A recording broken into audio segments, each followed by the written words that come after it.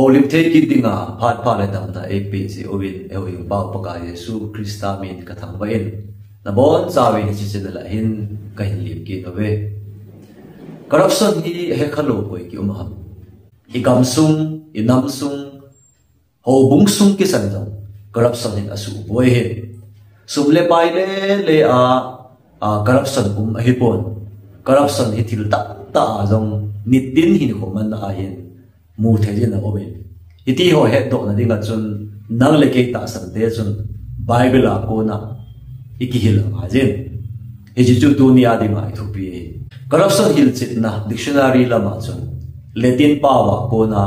corruptus tia ko na gilahi akidin hi chen na ji chu ako do chu su sit su ke ading banga thil ki bol lo ai lo ale ki ta lo ta thil ki bol ho se na he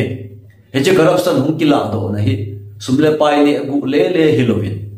min athunei na aman khela misuse of power ai lo ale vai hop na min justice kito ta zinga fair ta zinga vai hop lo na jong chu corruption chi khat a hi tabanga corruption chu kil ta zinga mi him te ni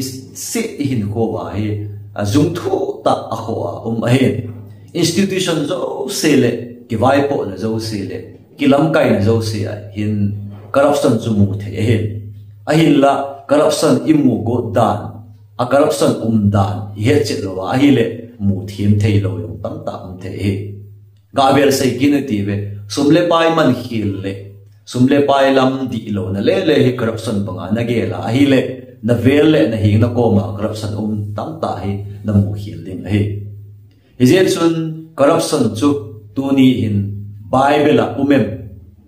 bible kam chenga ko na corruption chu i ti ki he thei ham ti ki hil che ding hi je in bible ke wa nga je pathin thu bible ga ke wai ti ve ama se pen sim tir bu bungu chang som na chang khat na hin hi chun pathin mi ve in leise asegam tan pumha na kino na jing atin ta na hi pathenin jong leise chu ave na hi le ve tan asegam hir tai aje chu leise chunga ta asami him zo sin lam azot khel gam ta be na hi leise na mi him chapa hom ki le ki tin ko anai ting le leise ni setting a hi it is said that in nova te dam lai banga thil chan hlung ting a hi ati hin anevin adonun akichen sawin ati it is genesis bungu blanga ai ve na hi le pathenin leise chu ave na hi le asigam tai hilaya asegam tai ati corrupted ati hin leise chu corruption dim se ri tai ati hi sumle pai man hil na asailo mi him te hin khum dol chu mi him te ki man cha dol chu corrupted aina bible ki ji na pau hebrew pau chun corruption ni sachat akitian hi chun mon mang ai lo ba ai le pathin lam hla ko na va amang ai lo ale lam vai se nei no corruption ni sachat ti chu akimangin ai hesun genesis bungu iga sim do na achun mi hem te chu ava amang ai ta ve adi pathina ko na ava mang naw hin khu chu pathina ko na aki hei mang naw ji akhan kho chan chu asegam tai din muna ading wa he he asegam tai corrupted tai apum pi achun mi hem chu corruption adim tai ti na in jong sei le ki che zon te mark usagi cha som ni le khat langa paka yesu kristai mi hem subo thei ho asei na achun mi hem cho alunga ko na hum po chun asu bo zo ai akamalu thiloin ati na ahun tham thip na ho kirit sa na ho zon than hoi na ho ai lo wale nei pap na ho adin siet na ta asayen hiti ho zo se chu mi hima ko na hum po na hi chu mi him din mun asek na mi him din mun corrupted a hi ta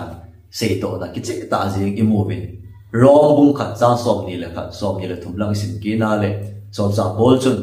lấy xịt mi te chu chọn xịt nào le xịt nào adin mun xịt dan chu pathian a hi a hena ben ai la pathian bangin awa choi powin ata asapum piu chu pathianin agon bang tung zu ya long sim talovin ama ho nopsa na ding le phatchum na ding le ama ho phakisa bangin a ki zemun a ki chayun a chonun anevin adonun ti na he hiti a na chu pathianin ama ho dan bang banga ma tha dingin ada latai ai lowa hi le a ki san tai ti a ki sunin rombung kha chan som ni la khat som ni la thum lang na sim la chon hiti chu mi him asit na adin mun eden hu na ko na mi him apot to a chu pathinin ano to a chu mi him din mun chu asisa ai yesun asit ta zi achun ama chu sit na tin cheng uma ting le chon sit na tin cheng chu ama chu a ta zi a chu anato athil bol angai tu na abon cha chu asisa hebrai pawa sachat iti banga chu amol mang ding kon sa pathina ko na lambai sa ahi na ba chu corrupted ai wale mi hem chu full of corruption ahi ti thei dan te he chu corruption meaning is ai ta chu Jeremiah bung som le bung sagi cham ko na lang ibina ahi le mi hem lung thim hi thil zo sela ase pe na hi phat na him akon poi de hi chu mi hem lung thim din mun aga sit dan chu paka Yesu Kristan ba bung sagi ase to banga chu mi hima ko na phat na him pot lo Yesun corruption chu tin ga sei be kit le corruption hung kon na chu ipi a kon ham iti ai le corruption kiti chu mi hem ama chang se ki ngai tu na a ko na a hi lo wal ama chang se ki dei sa na a ko na alung thima ama jeng se ki gial ham pol khat pol ni mi khat mi ni ai lo wal pau ki ba pi ko yam khat si toi lang toi nak a ko na min vai hin homa min sumahin ne ku a min thil adi lo lam ta hin bona ai lo wa hi le thu ai lo lam ta hin sei do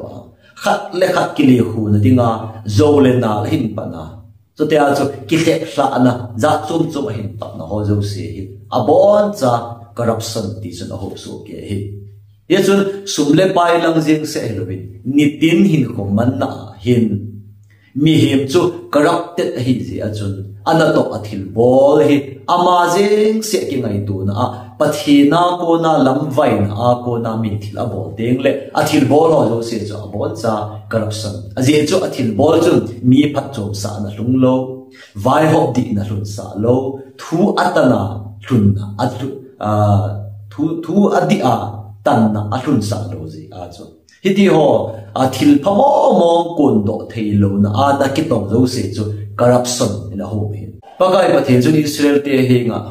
Exodus bung som ni le bung thum chang gi isima hi le nang hon ne gu kiti him na la lo ding o hi anati yenem ti le ne gu kila na chun vai hom mi a chot sa ji in hu amu sa ji poi anati he ama sa penin thu nei na man hil ai lo vai le lal na man hil in ga pan le ven David chu leng pa lo pi ta zenga he gal ha na he aleng gam chu pathianin no kalung thim bang pu ati ji achun ton so na David leng gam te kip ti nei lo ding ti il jo thu te ana sin bi ta bang ko ma leng lo pi chu fel cham kim le kilom dai ai wa nga Samuel le kabu ni na bung som le bung khat som le ni lang isima a hi le gal akon lo la yin asipai ho ga sa lain ama inchunga awale ai le Betsaba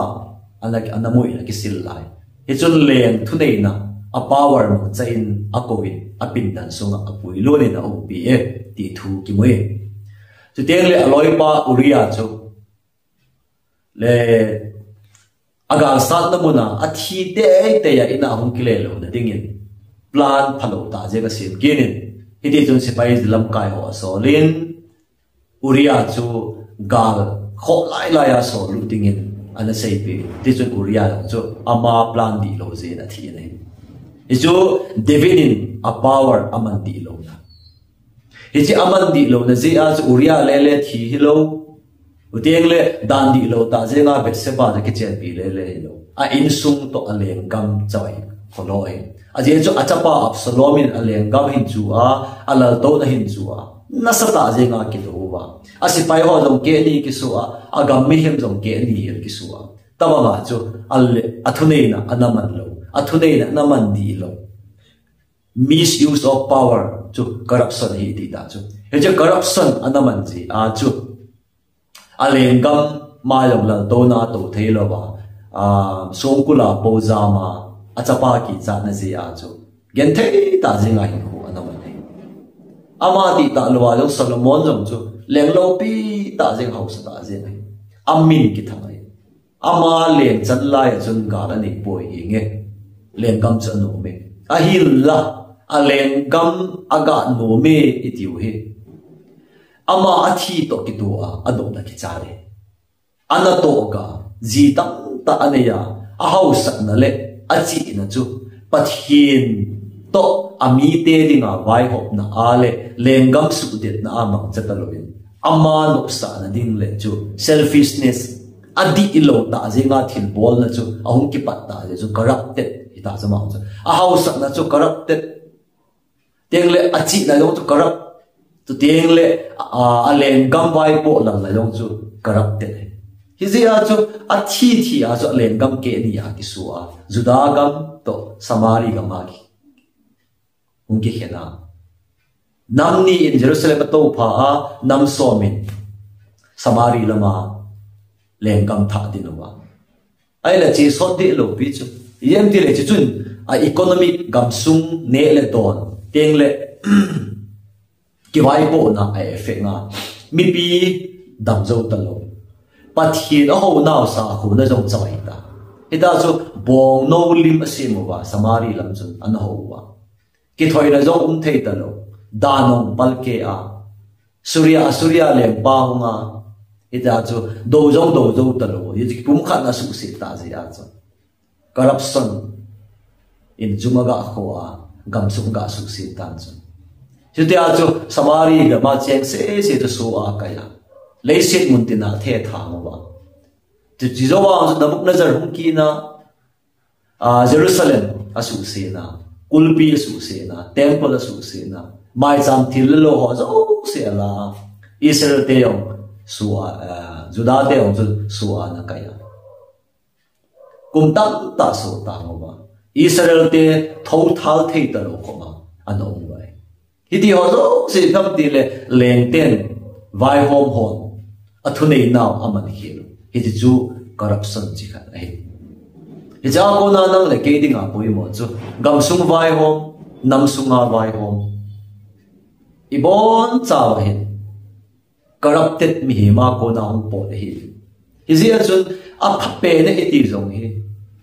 nam pi dinga phatna khan to na machal na kilung to na tengle isa ho na ipathin ho na ding ba lampi to pathin to ki to lo hi a hi le ithunei na iman ho zo seo hi corruption a chu category a chu thau thau hi chu pathin dei lo la ma hi hizi a chun corruption ong lo na dinga hin nang le ke hi Israel leng te thunei aman hil na ba ko dai iki hil apoi mo na hin ani na malaki bu isima ahile thim gaw nunung pen sim le thim bu ho to thim gaw ho pathin thu adi zona asei lo ji a pathin a choi a lo ji wa thim gaw pan a pho thu ki moi na hin sa ho na nang le ke ipi pu khang so ta ida khata ve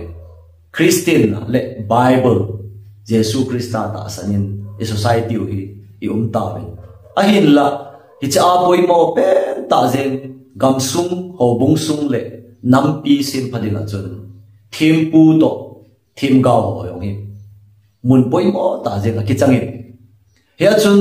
masang la Israel te athuk sit now leng pa le bol khil de dong hi de pon a thim gaw ho to a thiam pu ho bin a bol khil tho ai ne hu akila wa mi pi lung thlai na dinga gaw thu ase do wa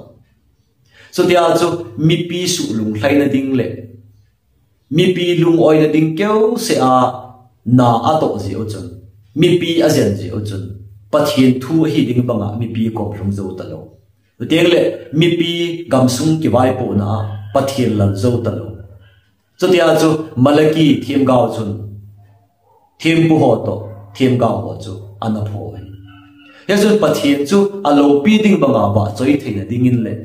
pathian thu chu society le gam sung le ho bung sunga hi na ding ba ta a chi na ding a chun tu la ya ka pawa pastor solcha upa apoi mo ta nei ye chun mi te su lung hlai na dinga thu sei ham mi te lui na ding bo wa thu sei ki hi ham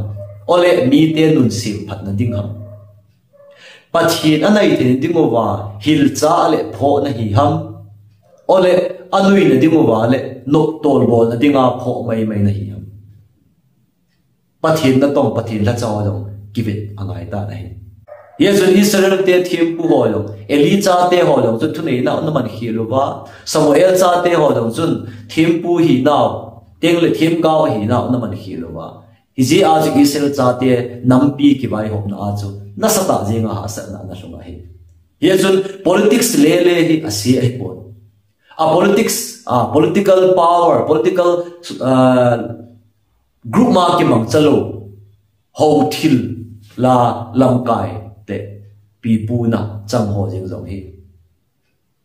bol hil ji a hai nam pi le ho bung sung le mi pi chunga hin pathin lung han a chu thei ti hi hilaya ko na he to thei hi chi thei ngai nei athum na government na candidate le minister kiti ho tam ta ho hi ama ho dei dan ho chu na tin hin la atam zo chu gam sung ki vai po na hin bureaucrats ho hin thu ane zo hi mi hausa ho hi Israel phat la yaw chu mi house ho yo hin ha ta zenga gam sung ki vai po na le ho le sa ko bi na jong hi ki gol thu a hi ai la ki gol dan adi lo wa hi le gam sung vai ho na chu boi ji hi je chun mi ka thiam kaw le kha boi ve na hi le mi house ho Israel ka ma mi house le them khat ho sa thei de ho chu ana pho ai ibidama pho ham nang hol mi gen thei hon nei na dei cha ve agam lei si na du cha ve alo ma so na la thak pi ve anei ago dan di lo ta jeng in la pi ve ati yesu ni gam sung inam sunga sumle pai nang te le them khat class sang de wa pathin phathe bu ho long he ikibe chen ngai ho bung sung ate senin sumle pai nei ji a ho bunga thu nei hon lo de ho bunga thu nei dinga chun thiam pu le pathinin agon thang no me ai la hausa na ho pathinin api a hi le hi ji hausa na chu mangcha abela ding du amna abela dinga mi nei chu na ai lo ai le sumle pai nei le hausa chun leng le sa ho to kimel he na ne ya gam sunga thil abol the is a til bol thei na chu manipulate bola ama chang le nang ma chang se phat chu na ding keu se a thil ki ngai tu a hausa na bela ding keu se a thil ki bol na chun gen thei tam ta chu pha gen thei chan ding tam ta ki si la ida chu igam sung inam sung wa iki vai po na lo hi ve na le ko sung ho ai ve na hi le hausa koi ma cha hausa ka de poi kyong hausa no ya ko cha ga ka hi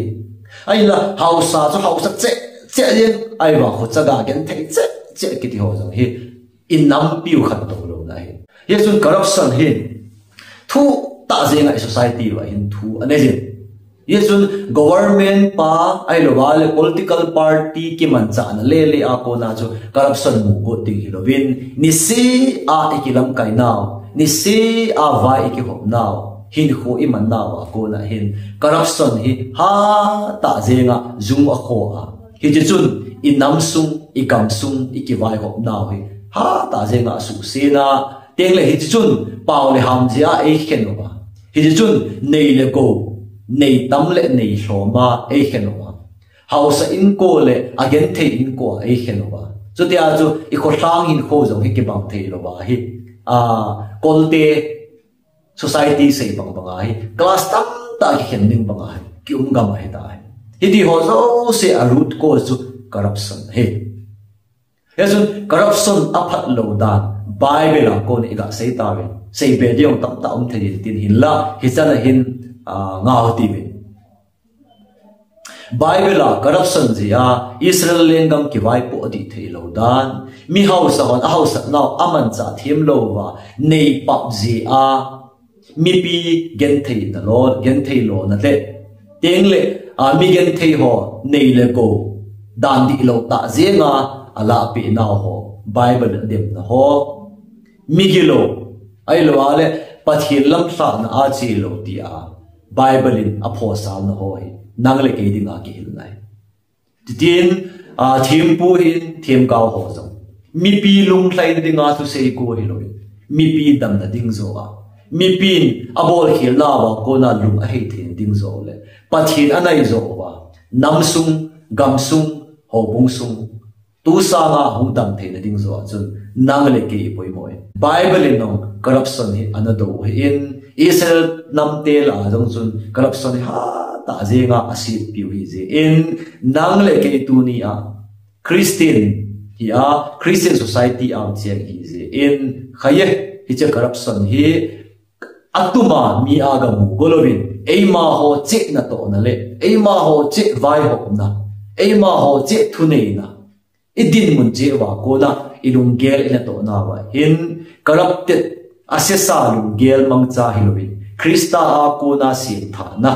koi hile krista om to ki sim tha he tin korin mi te hinga ana sei ba ka chun krista ki sim tha na pa a ko na chun hingle ko vai ho na thunei na tieng le na to thil bola hin corruption pai mangin kingai lup na sim tha in igam sung i khochen ho bung sung i sim tha the na dingin pathin nai na a ko na sim tha ki chang dai israel ana tung do pathin chu i pathinu a hi in ama chu thil bol the hi in ama chu alu thlaya hi le tunia inam wang sin naw gen the na le chaga ai na zo se ho pathinin a hin le do the ti ta san pumin hi chi bible cha ga se le ga ho na ba ko na kitil kho dingin paka yesu krista min ki ti mu bin he ka ki pa